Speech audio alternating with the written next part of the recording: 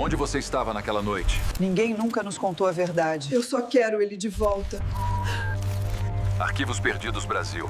A madrugada em Barra Nova parecia carregar um tipo de silêncio que não pertence ao presente, mas a algo mais antigo, enterrado sob anos de memória e esquecimento.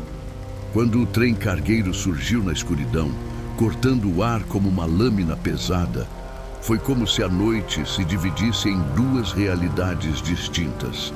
A dos moradores que dormiam sem imaginar o que estava prestes a acontecer, e a de um território obscuro, onde histórias mal resolvidas continuavam respirando, esperando por alguém que tivesse coragem de escutá-las. A neblina rasteira criava uma moldura espectral ao redor dos trilhos, enquanto o poste enferrujado projetava uma luz trêmula que parecia mais interessada em revelar sombras do que iluminar o caminho. A estação, pequena e esquecida, carregava aquele tipo de atmosfera que faz até o vento hesitar. Era um lugar onde o silêncio parecia vivo, onde a solidão se movia antes das pessoas e onde a cidade, por sua própria proteção, evitava fazer perguntas demais. Minutos antes da locomotiva aparecer na curva, testemunhas viram um jovem parado ao lado do banco de madeira, completamente imóvel. Não parecia esperar um trem, mas algo que a madrugada conhecia bem demais. O maquinista relatou, com a voz embargada, que o rapaz levantou a mão devagar, não em cumprimento, mas em um aceno estranho, quase um aviso, como se sinalizasse que algo estava prestes a acontecer. Quando o trem atravessou a plataforma, levantando poeira e cortando a névoa, o maquinista perdeu o jovem de vista por alguns segundos. Mas quando a visibilidade voltou, o garoto havia desaparecido. Não havia passos, voz, corrida, nada. Apenas uma mochila aberta caída perto dos trilhos, como se alguém tivesse revirado seu conteúdo às pressas. O detalhe mais perturbador veio depois. O maquinista afirmou ter visto aquele mesmo jovem anos antes, na mesma plataforma, com a mesma roupa, fazendo exatamente o mesmo aceno, em uma noite tão silenciosa quanto aquela. Como alguém poderia repetir um gesto idêntico em anos diferentes, sem deixar rastros ou registros? E o que aquela estação esquecida estava tentando esconder sobre esse ciclo que sempre se repete no escuro? A partir daqui, prepare-se. A história vai desenterrar camadas que Barra Nova tentou apagar por décadas. Antes de avançarmos para as próximas revelações deste caso, inscreva-se no Arquivos Perdidos BR e deixe seu like. Isso ajuda a manter vivas essas investigações e garante que você não perca nenhum detalhe do que está prestes a vir à tona. O ano era 1992, um período em que o país parecia dividido entre a pressa de modernizar-se e o cansaço acumulado após décadas de instabilidade política, econômica e emocional. Nas capitais, falava-se de progresso, tecnologia e eleições, mas nos interiores esquecidos, onde os trilhos cortavam cidades pequenas como cicatrizes antigas, o clima era muito diferente. Barra Nova, uma localidade de pouco mais de 8.000 moradores, era um desses lugares onde cada rua carregava o eco de conversas antigas e onde a memória coletiva preferia o silêncio a qualquer tentativa de exposição. A estação, que nos anos 60 fora um ponto de encontro, se transformara em um cenário decadente, com paredes descascadas e bancos corroídos pelo tempo, como se a própria estrutura resistisse apenas por hábito, sem intenção genuína de permanecer de pé. Era um período em que as ferrovias brasileiras estavam sendo gradualmente abandonadas, empurradas para a irrelevância, enquanto caminhões tomavam as estradas e os trens noturnos tornavam-se meros fantasmas metálicos, circulando por rotas esquecidas. A população local ainda dependia do barulho dos trilhos para marcar as horas. Muitos moradores garantiam que, quando o trem atrasava, o silêncio da estação soava mais inquietante do que qualquer locomotiva passando tarde da noite. Havia uma atmosfera particular que rondava aquele ambiente, algo entre respeito e superstição, pois histórias de aparições, passos ecoando sem origem e sombras, caminhando ao lado dos vagões, circulavam de boca em boca, sempre ditas com cuidado para não despertar aquilo que, segundo os mais velhos, preferia continuar dormindo. O clima social também favorecia o esquecimento. A polícia lidava com recursos mínimos e delegacias do interior não tinham infraestrutura para investigações profundas. Qualquer caso que parecesse complexo demais era classificado rapidamente como acidente, desentendimento ou fuga voluntária, encerrando o assunto antes que ganhasse proporções maiores. Os jornais regionais, muitas vezes financiados por comerciantes locais, evitavam publicar histórias que pudessem manchar a imagem da cidade ou gerar pânico. Assim, quando algo estranho acontecia nos trilhos, a tendência era que tudo se resolvesse longe dos holofotes, deixando lacunas que jamais eram preenchidas. Nesse cenário de abandono estrutural e negligência emocional, a estação de Barra Nova tornou-se um território onde caminhos se cruzavam sem testemunhas e onde o passado parecia sempre prestes a emergir por entre a neblina. Era justamente essa combinação de esquecimento deliberado, decadência física e medo silencioso que moldava o palco perfeito para o desaparecimento do rapaz, dando ao caso uma dimensão que ultrapassava o simples ato de sumir na madrugada. E você já percebeu que algumas cidades escolhem o que querem lembrar e o que preferem enterrar? Comenta aí. Você acredita que lugares carregam memórias próprias? Ou isso é só superstição popular? Daniel não era apenas um jovem de 19 anos vivendo à margem do barulho social. Era um desses rostos que passam despercebidos até o dia em que desaparecem. E só então alguém percebe que jamais o conheceu de verdade. Na cidade de Barra Nova, ele era lembrado como um rapaz magro, de ombros estreitos, com um jeito sempre recolhido e olhar atento demais para alguém tão jovem. Trabalhava como ajudante em uma pequena loja de tecidos, onde passava horas dobrando panos e atendendo clientes que raramente reparavam no tom ponderado de sua voz, ou na atenção com que observava cada movimento ao seu redor, como se o mundo fosse uma espécie de maquinaria silenciosa e ele fosse o único capaz de ouvir seus ruídos internos. A infância de Daniel havia sido marcada pela perda precoce da mãe, vítima de uma pneumonia que se agravou sem tratamento adequado. O pai, um homem de temperamento instável e ausências inexplicáveis, sumiu meses depois do enterro, deixando o garoto entregue à própria sorte. Desde então, Daniel aprendera a se virar sozinho, vivendo em pequenos quartos alugados, sempre próximo aos trilhos, como se aquela linha de ferro fosse a única referência estável que restava em sua vida. Ele costumava dizer aos poucos amigos que tinha que ficar perto do que faz sentido, frase que muitos interpretavam como uma metáfora juvenil, mas que, à luz dos acontecimentos posteriores, passou a carregar significados muito mais inquietantes.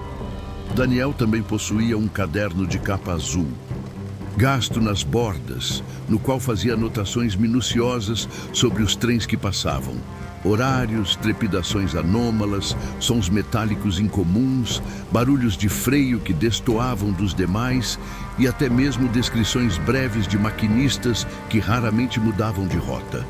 Era um comportamento curioso demais para alguém sem qualquer ligação profissional com as ferrovias. E alguns moradores insinuavam que ele conhecia os trens mais profundamente do que as próprias companhias ferroviárias. Seu hábito de observar tudo ao redor, sentado na borda da plataforma com a mochila velha encostada nos pés, despertava comentários discretos, mas nunca maldosos. Havia algo na expressão de Daniel que transmitia mais solidão que ameaça, mais busca que fuga.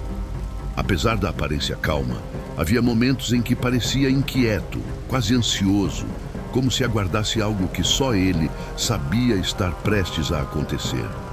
Nessas horas, caminhava de um lado ao outro da plataforma, sempre olhando para o final dos trilhos, como quem espera que uma sombra antiga, há muito perdida, finalmente retorne. Algumas testemunhas recordam que dias antes do desaparecimento, Daniel andava mais silencioso do que o habitual, evitando conversas e permanecendo longos minutos parado, encarando a distância como se tentasse lembrar de algo ou confirmar uma suspeita que crescia silenciosamente em sua mente. Nada nele indicava que estava prestes a desaparecer, mas tudo nele sugeria que vivia acompanhado por um mistério íntimo que nunca compartilhou com ninguém. E talvez por isso sua figura tenha se tornado tão perturbadora ao revisitar o caso anos depois. Porque Daniel parecia carregar não apenas uma história, mas um segredo que os trilhos insistiam em esconder. E é justamente quando tentamos entender o que ele procurava naquela estação que a noite do desaparecimento revela nuances ainda mais inquietantes. A noite de 17 de julho parecia carregada de um silêncio que antecede acontecimentos irreversíveis. Aquele tipo de quietude que pesa no ir antes que algo finalmente se rompa. A estação de Barra Nova permanecia quase inteira, mergulhada na escuridão, iluminada apenas por 2 postes que piscavam em intervalos irregulares, criando flashes instáveis que davam à plataforma a aparência de um lugar à beira do desaparecimento. A neblina avançava devagar, preenchendo cada fenda entre os trilhos e cobrindo o chão com uma camada opaca que distorcia os contornos do ambiente. No centro desse cenário suspenso estava Daniel, parado com a rigidez de quem não espera, mas aceita o inevitável. Com as mãos enfiadas nos bolsos da jaqueta, ele observava o horizonte onde o trem surgiria. A respiração era lenta, quase coreografada, como se seguisse o ritmo distante de um motor que ainda não havia se tornado audível, mas que ele parecia pressentir. A mochila velha ao seu lado estava aberta, revelando papéis dobrados que sugeriam ter sido consultados minutos antes. O modo como Daniel fitava os trilhos não expressava simples expectativa e, sim, a familiaridade de alguém que buscava decifrar um padrão, como se estivesse à espera de algo que estudava havia anos. Às 23h48, o som do trem começou a vibrar no ar. Primeiro distante, depois crescente, até transformar a plataforma num túnel sonoro. Daniel inclinou o rosto levemente, deu um passo adiante e se aproximou da faixa amarela. O maquinista do trem 309 relataria que, à medida que avançava pela estação, viu a figura do rapaz emergindo da névoa, nitidamente iluminada pelo farol. No instante exato em que a locomotiva se aproximou, Daniel ergueu a mão direita e fez um aceno lento, quase ritualístico, como se repetisse algo que não pertencia àquele momento. Quando o vagão mais largo passou diante dele, sua figura foi totalmente encoberta por 3 segundos. Apenas 3, mas suficientes para alterar tudo o que viria depois. Ao recuperar a visão do ponto exato, a plataforma estava vazia, sem passos, sem sombras, sem qualquer indício de movimento. Apenas a mochila caída permaneceu, como o único testemunho silencioso de um desaparecimento impossível. O amanhecer seguinte trouxe uma luz pálida que não conseguiu dissipar o peso da madrugada anterior, como se o sol hesitasse em iluminar um cenário que carregava algo indecifrável no ar. A estação vista pela manhã parecia ainda mais abandonada do que na noite anterior, com o chão úmido refletindo o silêncio que se acumulava entre os trilhos. Alguns moradores chegaram cedo, atraídos por comentários que ecoavam pelas ruas. Estreitas ainda antes do café, comentários sussurrados que falavam de um rapaz desaparecido no exato segundo em que o trem atravessou a plataforma, e de uma mochila deixada de modo tão brusco que sugeria uma ruptura repentina na trajetória de alguém que, até a noite anterior, parecia apenas mais um jovem tentando sobreviver ao cotidiano do interior.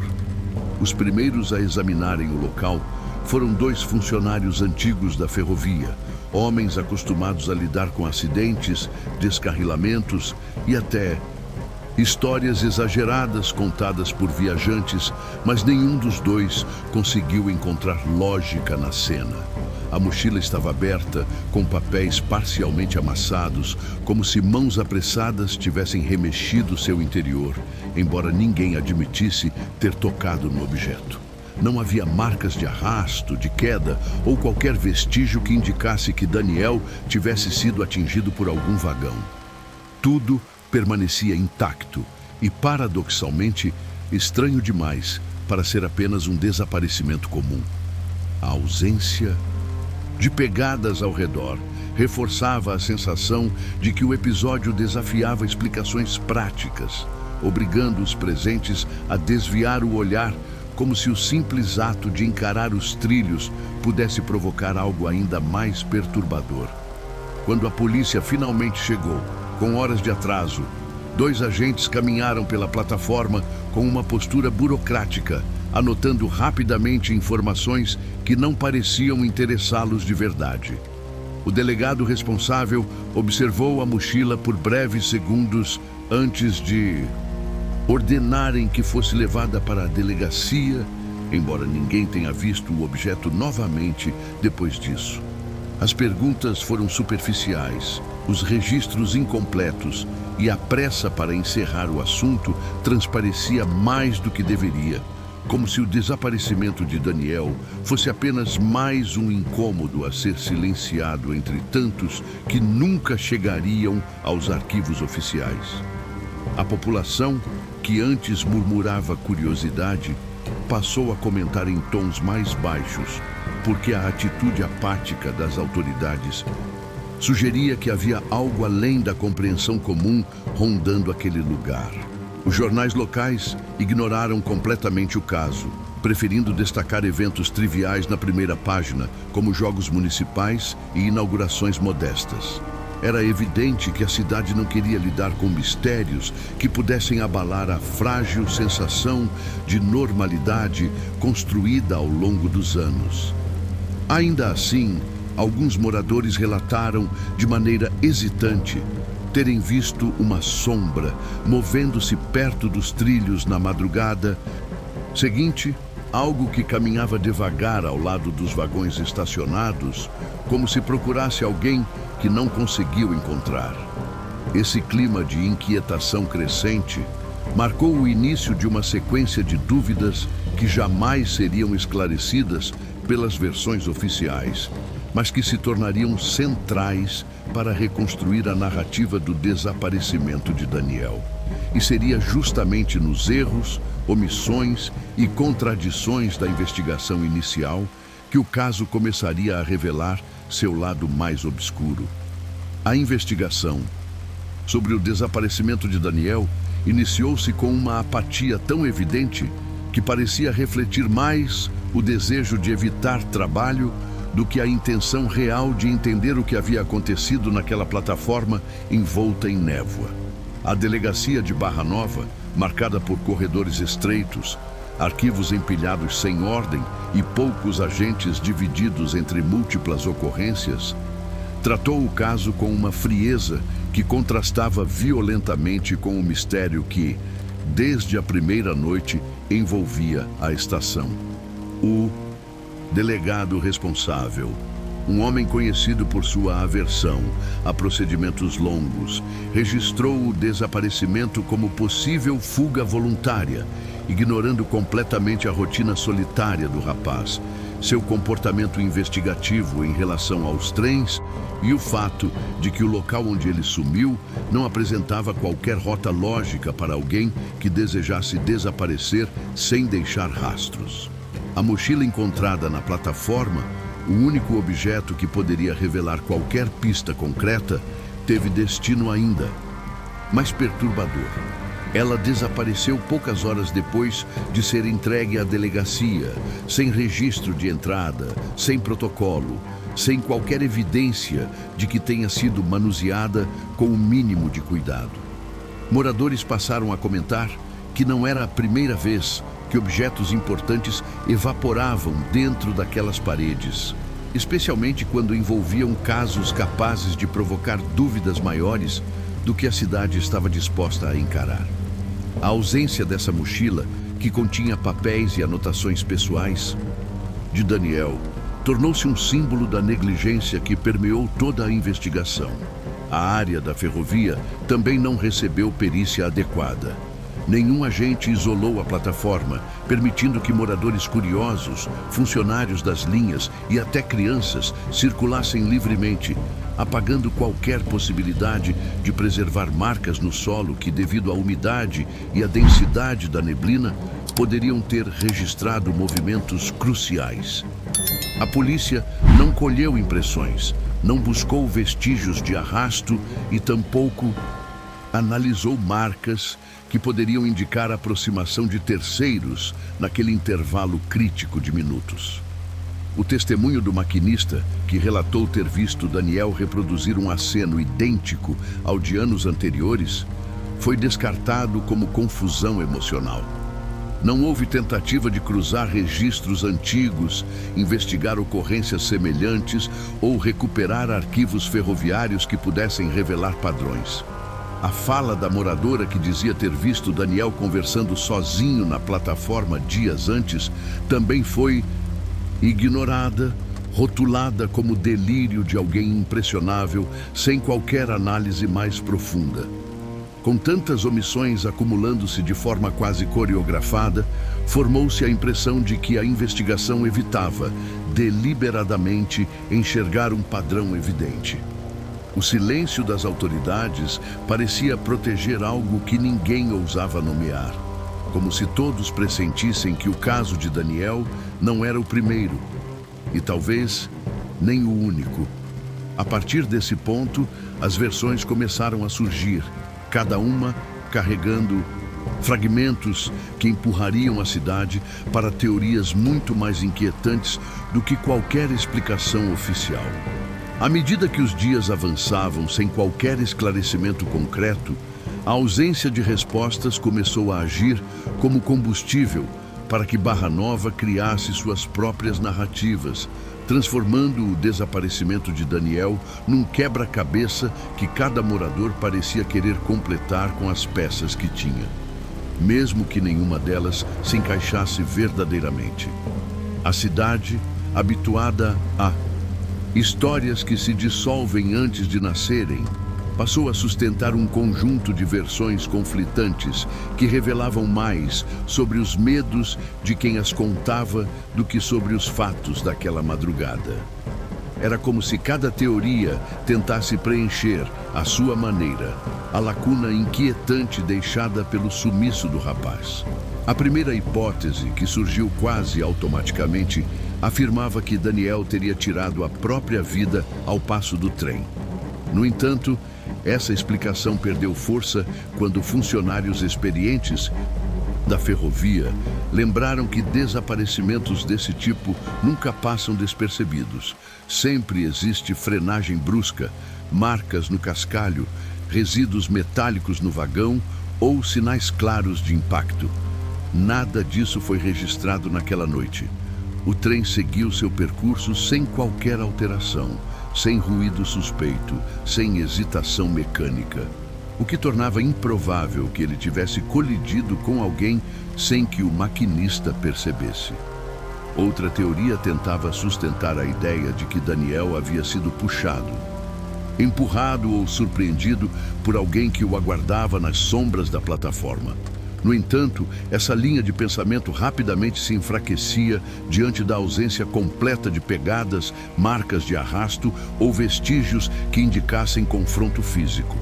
Além disso, nenhum carro estranho foi visto saindo da estação, e a madrugada permaneceu estranhamente silenciosa, como se nenhum movimento humano tivesse rompido o clima espesso de neblina. A teoria mais antiga, e talvez a mais perturbadora, vinha dos moradores que lembravam de um desaparecimento semelhante ocorrido décadas antes. Um jovem acenara para um trem da mesma forma, na mesma plataforma, durante uma madrugada igualmente nebulosa, e também nunca mais fora visto.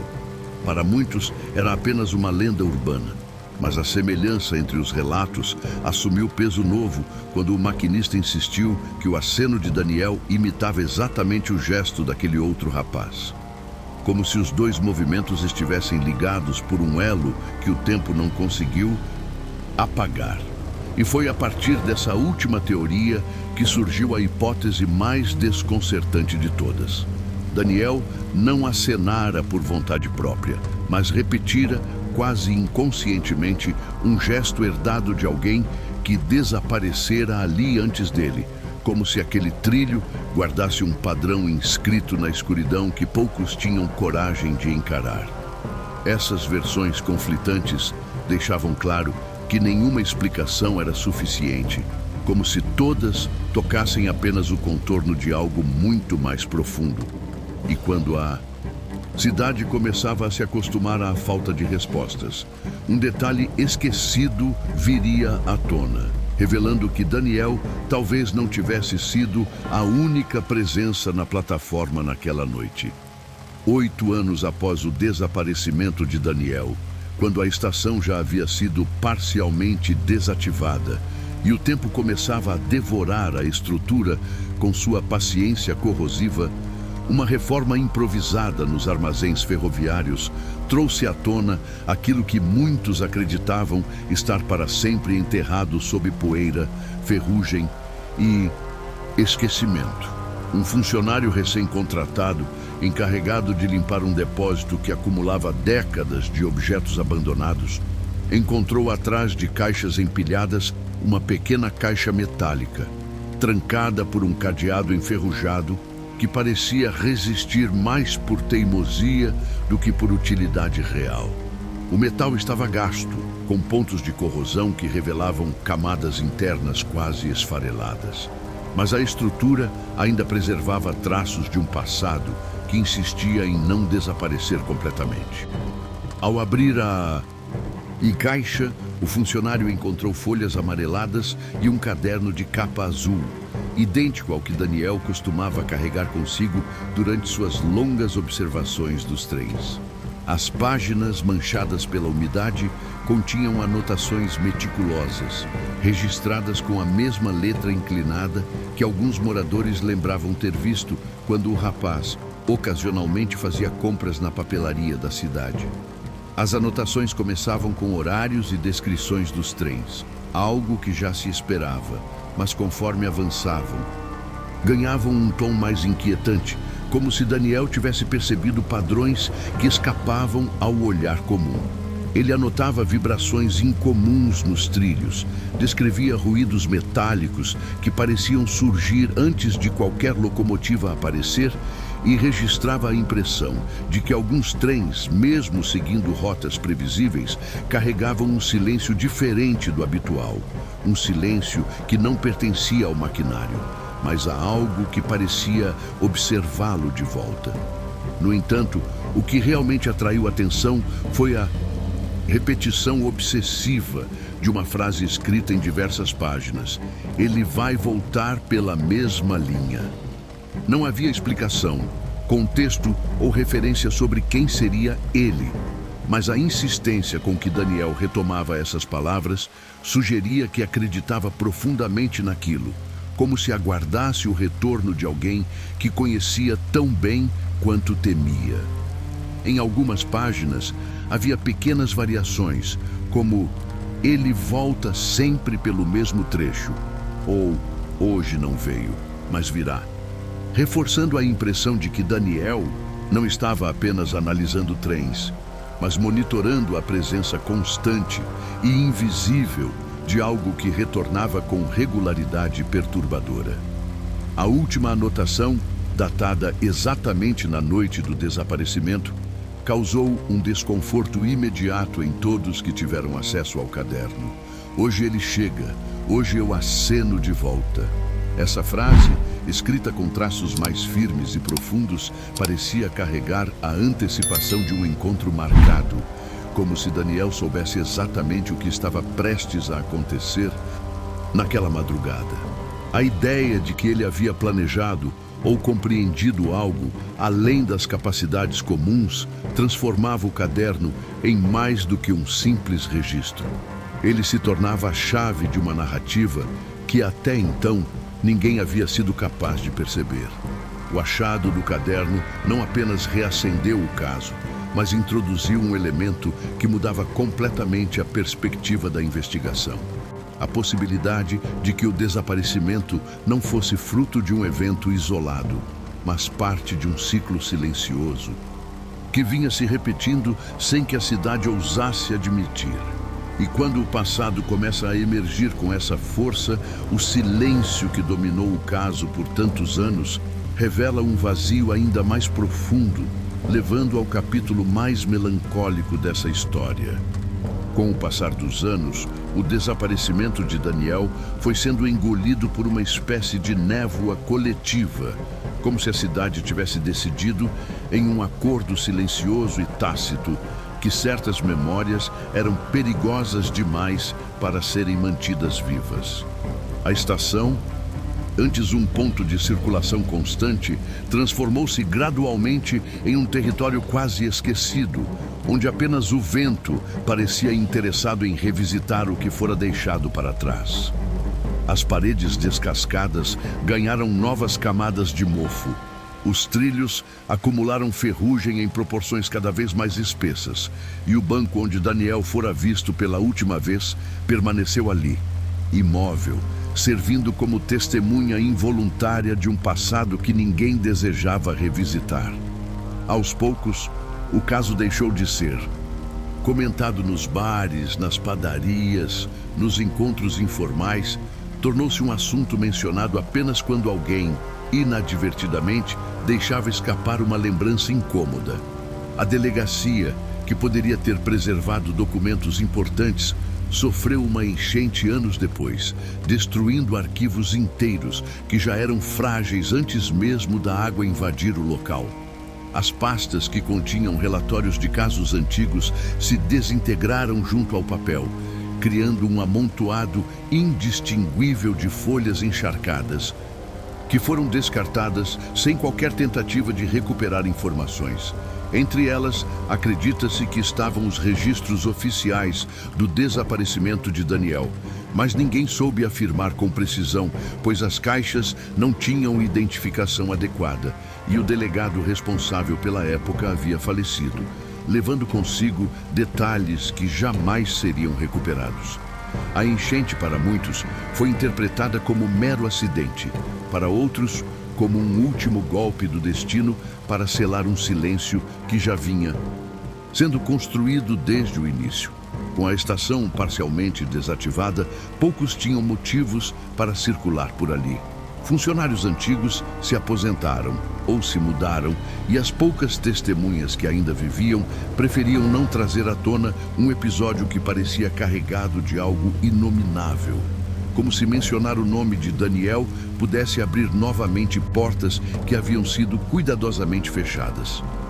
A cidade, movida por uma espécie de autopreservação emocional, seguiu adiante, deixando que o caso se dissolvesse na rotina lenta de dias que se repetiam sem grandes eventos. A ausência de respostas, somada à destruição dos arquivos e ao desinteresse geral, criou uma sensação de vazio que pesava mais do que qualquer versão oficial poderia admitir. Era como se o tempo, cúmplice involuntário, tivesse trabalhado para apagar rastros, memórias e qualquer tentativa de reconstruir os fatos. E justamente quando tudo parecia destinado ao esquecimento absoluto, algo inesperado surgiria anos depois para romper esse silêncio e reacender um enigma que a cidade acreditava ter sepultado para sempre. Foi apenas em 2021, quase 3 décadas após o desaparecimento de Daniel, que o caso voltou a respirar por caminhos inesperados. Um pesquisador independente, especializado em ferrovias abandonadas e episódios obscuros relacionados a antigos trajetos ferroviários, chegou a Barra Nova por pura curiosidade técnica, interessado em registrar fotografias das estruturas remanescentes antes que fossem completamente engolidas pelo mato e pelo esquecimento. Ele não imaginava que, ao caminhar pelo galpão desativado e observar as placas enferrujadas que ainda resistiam ao tempo, acabaria tropeçando em fragmentos de uma história que a própria cidade parecia ter tentado soterrar sob camadas de silêncio e conformismo. Foi durante essas visitas exploratórias que recebeu de moradores a menção vaga a um caso antigo, algo sobre um rapaz que desaparecera diante de um trem sem deixar vestígios, comentário que, pela naturalidade inquietante com que foi dito, despertou seu interesse imediato. Intrigado, ele começou a buscar depoimentos de pessoas que ainda viviam na região desde aquela época. Encontrou senhoras que lembravam da madrugada enevoada como se fosse ontem. Homens que trabalhavam na ferrovia e se aposentaram carregando histórias que nunca ousaram relatar por completo. Além de jovens que cresceram ouvindo fragmentos do desaparecimento, como quem escuta lendas que misturam medo e fascinação. Quanto mais conversava, mais percebia que havia um padrão. Ninguém falava abertamente sobre Daniel, mas todos demonstravam de alguma forma desconforto ao ouvir seu nome, como se o simples ato de remexer o passado pudesse atrair novamente algo que a cidade preferia manter adormecido. Foi em uma dessas entrevistas informais que uma moradora mencionou um episódio ainda mais estranho: o desaparecimento de outro rapaz, ocorrido exatamente 21 anos antes, em 1971, na mesma estação, sob condições assustadoramente semelhantes. Ela relatou que naquela época também haviam mencionado um aceno, uma névoa particular e uma plataforma que, por motivos que ninguém conseguia explicar, parecia engolir pessoas nos momentos mais silenciosos da madrugada. O pesquisador, inicialmente cético, começou a comparar datas, padrões climáticos, registros ferroviários e relatos esquecidos de jornais antigos, até perceber que o paralelismo entre os dois desaparecimentos era forte demais para ser descartado como coincidência. A investigação ganhou força quando ele teve acesso ao caderno de Daniel, preservado por um funcionário que, anos antes, havia guardado o objeto por achar que não deveria ser jogado fora com o restante das tralhas da estação. Ao folhear as páginas, encontrou não apenas as anotações perturbadoras sobre sons, trepidações e horários, mas também pequenos esboços de trechos ferroviários, setas indicando pontos específicos dos trilhos e datas que coincidiam com relatos antigos do desaparecimento anterior. Havia uma precisão quase obsessiva na forma como Daniel conectava elementos aparentemente aleatórios, como se estivesse tentando mapear um fenômeno que apenas ele percebia. Essa convergência de informações levou o pesquisador a suspeitar que ambos os desaparecidos, separados por décadas, talvez tivessem percebido algo que ninguém mais estava disposto a enxergar. Ao cruzar todos os dados que conseguira reunir, o pesquisador concluiu que a estação de Barra Nova não carregava apenas uma história isolada, mas um ciclo que se repetia com uma constância perturbadora, sempre envolvendo jovens, sempre em madrugadas nubladas, sempre com um aceno que parecia atravessar o tempo como um chamado mudo. E quanto mais mergulhava nas evidências, mais parecia claro que o desaparecimento de Daniel não podia ser tratado como um incidente comum. E ao perceber que esses padrões se conectavam a algo muito maior do que simples coincidências, surgia a necessidade de compreender o que esse caso revelava sobre a própria natureza do esquecimento humano e dos mistérios que insistimos em ignorar.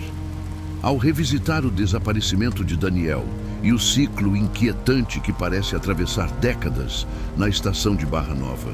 Torna-se inevitável perceber que esse caso ultrapassa o limite de uma investigação criminal e adentra o território mais profundo das memórias humanas, onde aquilo que não entendemos é frequentemente aquilo que preferimos não confrontar.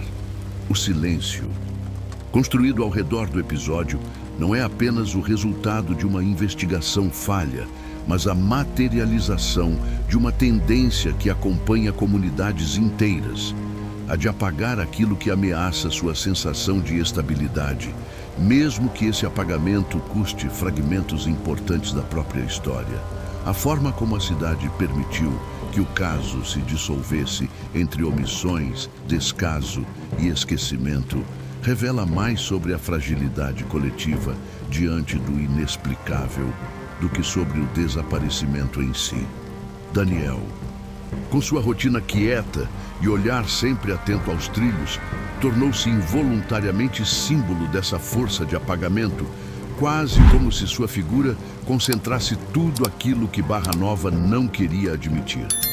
Que o passado continua existindo, mesmo quando insistimos em enterrá-lo sob camadas de normalidade forçada. Sua obsessão pelos padrões dos trens, pelas trepidações e pelos ruídos que ninguém mais notava, pode ser vista como a tentativa desesperada de compreender um fenômeno que atravessava gerações, mas também como a busca íntima de alguém que carregava, sozinho, o peso de uma percepção que o resto da cidade se recusava a aceitar. Ao desaparecer diante do trem, deixou para trás um eco incômodo, lembrando que aquilo que tentamos silenciar, inevitavelmente, retorna de maneiras que não controlamos. Esse caso, portanto, expõe a vulnerabilidade humana diante do desconhecido, mostrando que, quando o inexplicável se aproxima, muitos preferem ajustar suas narrativas internas para que tudo caiba em molduras lógicas, mesmo que essas molduras se quebrem ao menor toque da verdade. Em Barra Nova, o silêncio construiu muros ao redor da memória, e esses muros impediram que perguntas essenciais fossem feitas, perpetuando um vazio que permanece até hoje. Assim, a história de Daniel não fala apenas de um desaparecimento, mas da incapacidade coletiva de enfrentar aquilo que insiste em permanecer vivo, mesmo quando o tempo tenta apagar seus rastros. A história de Daniel permanece como uma sombra estendida sobre os trilhos de Barra Nova, não apenas por aquilo que revelou, mas principalmente pelo que nunca conseguiu explicar. A madrugada em que ele acenou e desapareceu não pertence apenas ao passado. Ela continua se repetindo simbolicamente em cada tentativa fracassada de resgatar a verdade, como se o próprio tempo se recusasse a permitir que o caso fosse classificado como encerrado. Seus passos silenciosos, suas anotações meticulosas e sua presença constante na estação tornaram-se fragmentos de uma narrativa que desafia a lógica e resiste a qualquer tentativa de normalização. É como se ele fosse ao mesmo tempo vítima e testemunha de algo maior, algo que transita entre o visível e o indizível, deixando um rastro que apenas aqueles dispostos a olhar além do óbvio conseguem perceber. Ao final, o desaparecimento de Daniel mostra que alguns mistérios não se esgotam com o passar dos anos. Eles permanecem vivos, tecendo fios entre passado e presente, esperando que alguém tenha coragem de seguir as marcas que o tempo tenta apagar. E embora Barra Nova tenha tentado silenciar esse episódio, a verdade insiste em ecoar, atravessando gerações como um sussurro persistente que se esconde entre os vagões adormecidos e o ferro oxidado dos trilhos esquecidos. Há histórias que não pedem para ser lembradas, exigem ser investigadas, revisadas, revisitadas, porque carregam dentro de si algo que nenhum silêncio é capaz de enterrar definitivamente. Se você acredita que nenhuma história deve desaparecer, que nenhum nome deve se perder entre os trilhos do tempo, Inscreva-se agora e venha comigo desvendar o próximo mistério dos Arquivos Perdidos BR.